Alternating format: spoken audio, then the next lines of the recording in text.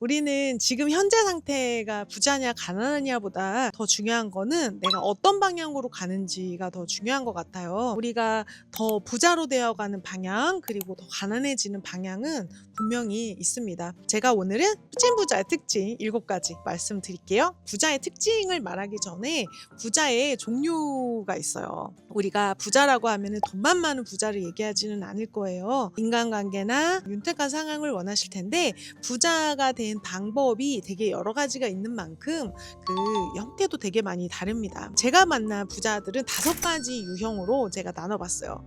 첫 번째는 외골수형입니다. 일론 머스크 같은 케이스인데요. 외골수로 그 분야에 이제 탑이 돼서 부자가 된 케이스입니다. 그리고 두 번째는 관리자형입니다. 고소득이나 아니면 전문직 이런 사람들이 자기의 소득을 잘 관리를 해서 부자가 차근차근 되는 케이스예요. 또 이 사람들이 되는 부자의 어떤 전형적인 방법이 월급을 모아서 또 적절하게 투자를 하고 또 집을 계속 좋은 데로 갈아타기를 하면서 부자가 되고 이런 케이스들이 관리자형 부자라고 할 수가 있습니다. 세 번째는요. 상속받은 경우입니다. 대대로 부자인 사람들은 아무래도 자수성가한 사람보다는 훨씬 더 성격이 유하고 어릴 때부터 윤택하게 자랐기 때문에 모난데가 없고 또 그런 특징이 있는 것 같아요. 또 우리가 상속부자로는 될 수는 없는 거잖아요. 저희는 이미 상속받을 게 없이 태어났으니까. 네 번째는 벼락부자형입니다. 벼락부자형 같은 경우에는 갑자기 아주 큰 부를 이룬 케이스인데요. 코인 같은 걸로 갑자기 부자가 된 경우라고 생각을 하시면 될 것 같아요. 그리고 5번째가 자수성가형입니다. 소득이 많은 것도 아니고 독보적인 기술을 가지고 있는 것도 아닌데 정말 오랜 시간에 걸쳐서 차근차근 부자가 된 케이스인데 우리가 목표로 해야 되는 부자는 아마 이 5번째 자수성가형 부자일 거예요. 그런데 제일 중요한 거는 가난한 사람들의 특징인 것 같아요. 가난한 사람들이 7가지 특징입니다. 첫 번째는 목표가 없지 않아요. 이 사람들도 부자가 되고 싶다고 합니다. 그런데 현실의 영역에 있어서 이것을 행동을 하려고 할 때는 지금 상황에서는 이게 안 된다라고 생각을 항상 하고 상황이 바뀌면 한다라는 말을 해요. 그러니까 지금 할 수 있는 단 한 가지도 하지 않으면서 미래에 뭔가를 하겠다라고 생각을 굉장히 계속 뒤로 미루는 그런 특징이 있습니다. 예를 들어서 이런 거예요. 나는 다이어트를 하겠다라고 하면서 오늘은 운동을 하지 않는 거, 오늘 식단 조절을 하지 않는 거. 당연히 살을 빼려고 하면 식단 조절을 하고 운동을 해야 되는 것을 알면서도 오늘 해야 되는 것을 계속 내일로 미룬다는 그런 특징이 있습니다. 두 번째는 버는 돈이 축적이 되지 않는 데다가 돈을 많이 쓴다는 거예요. 돈이 300만 원을 벌어서 200만 원을 쓴 사람은 계속 부자가 되어 가는데 500만 원을 벌어도 600만 원을 쓰면 계속 가난해지는 거거든요. 만약에 500만 원을 버는데 500만 원을 계속 쓴다라고 한다면 이 사람은 부가 전혀 축적이 되지 않고 돈을 못 버는 시기가 되면 생활비가 없어지는 그런 상황이 될 겁니다. 그래서 버는 돈이 축적이 못 된다라는 그런 특징이 있습니다. 그리고 세 번째는 되게 바쁘고 걱정이 많습니다. 뭔가를 하게 되면 이렇게 되면 어떻게 해요? 저렇게 되면 어떻게 해요? 라는 걱정들을 하는데 당연히 안 될 가능성도 고려를 해야 돼요. 예를 들어서 경매예요. 그래서 내가 낙찰을 받았는데 관리비가 많이 밀려 있어요. 그럼 이 사람이 지금 굉장히 그 형편이 많이 어려우셔서 나갈 때 이사비를 많이 달라고 하고 좀 많이 버틸 수가 있나? 그러면은 내가 이사비를 다 주고 이렇게 하면 어떻게 될까? 그러면은 어느 정도의 비용이 추가로 들어갈까라는 것을 계산을 하고 하면 되는데 관리비가 많은데 안 나가면 어떡하지라는 그런 걱정을 굉장히 막연하게 한다는 거. 그런 거를 감정적으로 두려움으로 굉장히 많이 가지고 있습니다. 그리고 네 번째는 스스로가 이거를 결정을 하고 책임을 져야 되는데 잘 안 됐을 때 그거를 되게 회피하고 싶어 해요. 그래서 누가 나 좀 도와줬으면 좋겠다는 생각을 되게 많이 하시는 것 같아요. 그러면은 사람들이 뭐 돈 되는 거 있으면은 자기가 하지 남한테 알려주지 않는다 그러는데 아니 시장이 좁은 경우에는 그럴 수도 있지만 많이 알려주시는 분들이 많아요. 모르면은 다 남의 도움을 받는 것도 맞고 그런데 이거를 굉장히 의존적으로 한다는 거예요. 나를 어떻게 좀 누가 도와줘서 나를 구원해 줬으면 좋겠다라는 생각을 하는데 사기꾼들이 이 마음을 너무너무 잘 알아요. 3천만 원인데 어디다 투자하면 돼요? 그러면은 진짜 좋은 데를 소개를 시켜줄 수 있지만 자기가 프리미엄을 받을 수 있는 물건을 막 소개를 해주는 거예요. 그래서 완전히 사기꾼의 먹이가 되는 사람들이 의존적으로 결정하고 싶어 하는 사람들. 이게 사람들이 뭔가를 하려면은 돈도 있고 지식도 있어야 되는데 돈은 있는데 지식이 없으신 분들이 요렇게 해가지고 뭐 분양받으세요, 뭐 이걸 사세요 했을 때 제일 많이 넘어가는 케이스가 요런 거예요. 돈을 벌어도 현찮은데 말이에요. 그 다음에 5번째는 서서히 다가오는 위험에 대해서 굉장히 그거를 뒤로 미루고 싶어 합니다. 그 냄비에 개구리를 수영을 하고 있는데 이거를 서서히 불을 올리면 개구리가 뜨거워지는지 모르고 수영을 계속 하다가 삶아 죽는다. 이런 예시를 굉장히 많이 들었는데 실제로는 이 개구리가 어느 정도 온도가 되면 뛰어나간다. 그런데 사람은 내가 봤을 때 끝까지 버티는 것 같다. 이 회사가 문 닫을 때까지 아니면 내가 이 회사에서 잘릴 때까지 끝까지 버티면서 나중에 정말 끝까지 왔을 때 이거를 이제 준비를 하잖아요. 그걸 항상 늦어요. 제가 이제 DM을 많이 받습니다. 저 선생님 지금은 경매로 반드시 돈을 벌어야 됩니다. 근데 이런 위험들, 내가 나이를 점점 먹었는데 지금 하는 일을 나이를 더 먹어서는 할 수가 없다라는 거를 잘 알면서도 준비를 계속 뒤로 미루다가 결국은 그만둬야지 되는 그 날까지 준비를 못 하시고 그만둔 다음에 이게 하게 되면 잘 안 돼요. 경매 같은 경우에는 좀 그래요. 다른 거는 어떨지 모르겠어요. 근데 제가 봤을 때 스마트 스토어나 그 어떤 것도 초보인 내가 이거를 수익을 내기까지 시간이 걸릴 거 아니에요? 근데 이 시간 동안에 내가 소득이 없이 이거를 버티려면은 제정신이 아니에요. 너무너무 압박이 심하거든요. 근데 경매는 급할 때 당장 돈을 벌어야 된다는 그런 위험이 바로 앞에 있을 때 했을 때 잘 되기가 되게 어려워요. 심리적으로 여유가 있어야지 잘 돼요. 그러니까 낙찰이 빨리 받아야 되는데 그런 입찰가를 올리게 되고 또 막 내가 폐차를 계속하면은 아무거나 입찰하게 되고 그리고 이 사람이 안 나가. 막 하루라도 빨리 나갔으면 좋겠는데 안 나간대. 그러면은 밤에 분해가지고 잠이 안 오고 내놨는데 또 안 팔려. 그러면 또 잠이 안 와. 그래서 이게 어느 정도 심리적인 여유가 있는 상태에서 이걸 하셔야 되는데 불시에 내가 이걸 그만뒀을 때 우리 삶이 되게 망가지겠구나. 내가 이거를 좀 지금 체력적으로 힘들지만 해야겠다라는 그런 위험을 계속 뒤로 미루시다가 이게 완전히 닥쳤을 때 준비를 하시더라고요. 그래서 항상 늦어요. 위험이 보일 때부터 준비를 하셔야 됩니다. 6번째는 자신의 노력에 대해서 굉장히 되게 자신 없어 하시고 또 자신이 이 정도 했으면 내 성과가 안 나는 거에 대해서 실망을 되게 빨리 하세요. 그러니까 입찰을 5번을 했는데 6번을 했는데 낙찰이 안 돼. 그러면은 이제 아우 나 왜 이렇게 안 되나 이렇게 막 포기하시는 거예요. 여러분이 벌고 싶은 돈이 1,000만 원이라면 내가 1,000만 원을 벌기 위해서 회사에 며칠을 출근을 해야 될까 이거예요. 그러면은 법원에 6번 출근을 하면 여러분이 1,000만 원을 받을 수 있는 그런 고능력자야 이거예요. 자신의 노력을 굉장히 과대평가하십니다. 이 평범한 사람은 어떤 전혀 다른 분야에 비범한 수익을 내려면 비범한 노력을 좀 해주셔야 돼요. 그런데 이 역치가 되게 낮아요. 그래서 많이 힘들어 하시더라고요. 10번 정도 폐차하시는 건 아무것도 아닙니다. 그리고 7번째는 시야가 되게 좁습니다. 이거 아니면 안 된다라는 생각을 하고 있는 거예요. 되게 작은 세계에 살고 있는 사람은 엄청 사소한 일도 굉장히 큰 사건이 돼요. 예전에 저희 그 외할머니가 인간관계가 되게 좁으셨었어요. 그래서 작은 모임만 하나 있으시고 외부의 활동을 거의 안 하셨었어요.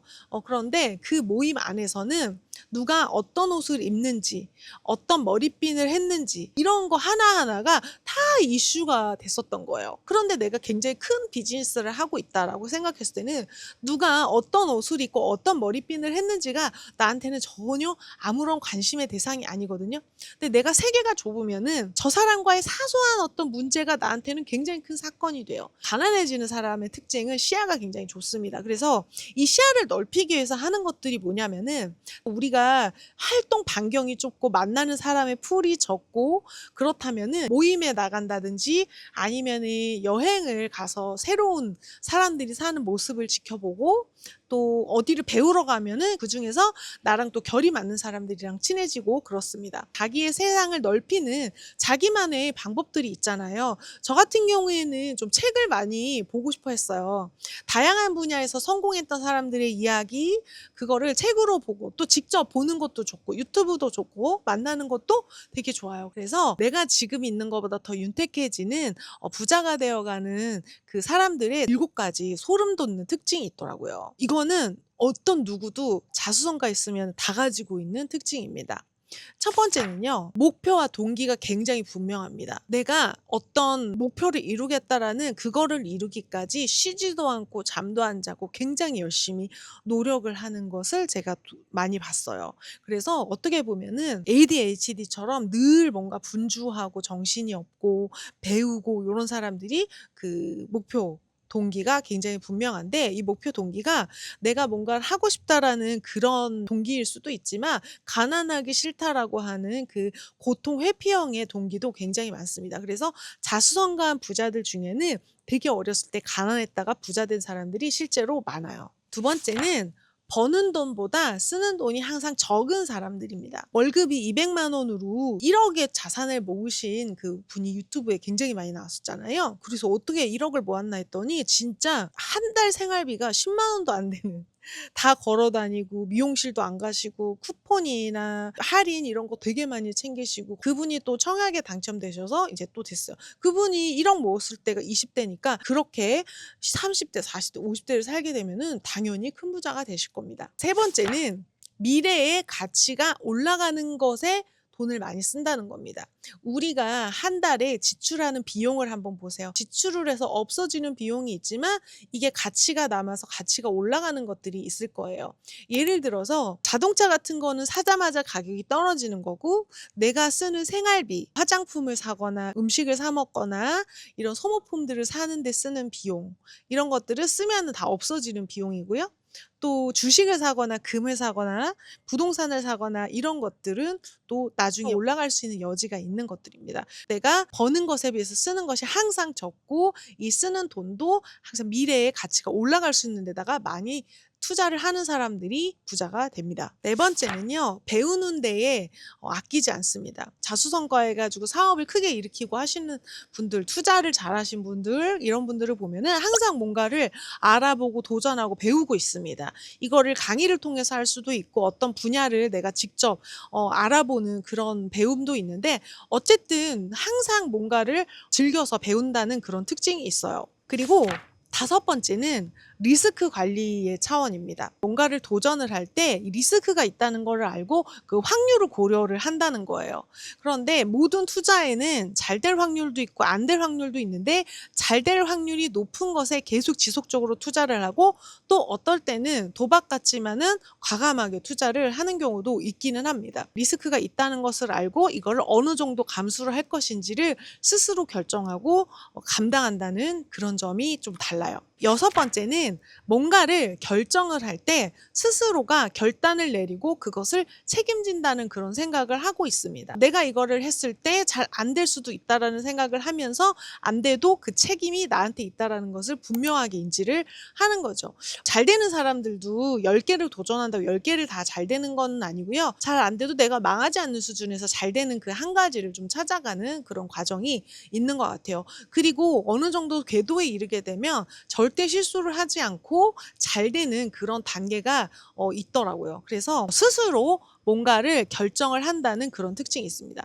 그리고 일곱 번째는 스트레스를 견디는 크기입니다. 만약에 여러분이 100억 건물을 샀어요. 그러면은 1억짜리 아파트를 가지고 있을 때랑은 전혀 다른 이자에 대한 압박, 이 물건 공실에 대한 스트레스, 이런 매물이 안 팔리면 어떡하나라는 그런 걱정들이 1억짜리 물건의 한 100배 정도 있을 겁니다. 그래서 이 스트레스를 견디는 정도가 굉장히 크다라는 것을 알게 돼요. 우리가 생각처럼 잘 될 수도 있고 안 될 수도 있는데, 잘 안 됐을 때도 이것을 잘 견디는 사람들이 부자가 되어 간다. 부자가 되어 가는 사람들이 꼭 100억 부자, 200억 부자만 얘기를 하는 게 아니라 좀 잘 되는 사람들의 어떤 7가지 특징입니다. 찐 부자는 명품을 안 입는다. 찐 부자는 검소하게 산다고 그러는데요. 찐 부자 명품 많이 좋아합니다. 명품을 사는 사람은 돈이 없어도 할부로 사고, 돈이 있으면 편안하게 사고, 돈이 많아도 안 좋아하면 안 사고, 돈이 없어도 사고 싶으면 12개월 할부로 사고, 그런 거예요. 어떤 보이는 부분에만 그게 다 있지 않습니다. 가난한 사람은 보면은 지저분하다, 정리가 안 돼 있다, 감사를 하지 않는다, 맨날 불평한다 이렇게 하는데, 이 모든 것들이 그 부자는 선하고 가난한 건 악하다는 어떤 그런 프레임이 있는 거고, 또 가난이 그 개인의 어떤 역량이나 이거의 결과로만 보여지는 게 저는 조금 안타깝습니다. 이 모든 것들은 종합적인 건데 제가 부자가 되어가는 사람이 7가지 특징 그리고 가난해지는 사람이 7가지 특징을 말씀을 드렸는데 이 7가지가 내가 다 가난한 사람만 있고 부자의 특징은 하나도 없고 그러지가 않고 부자가 되어가는 사람의 특징을 몇 가지 가지고 있고 가난해지는 어떤 특징을 몇 가지를 가지고 있고 이거를 굉장히 골고루 가지고 있어요.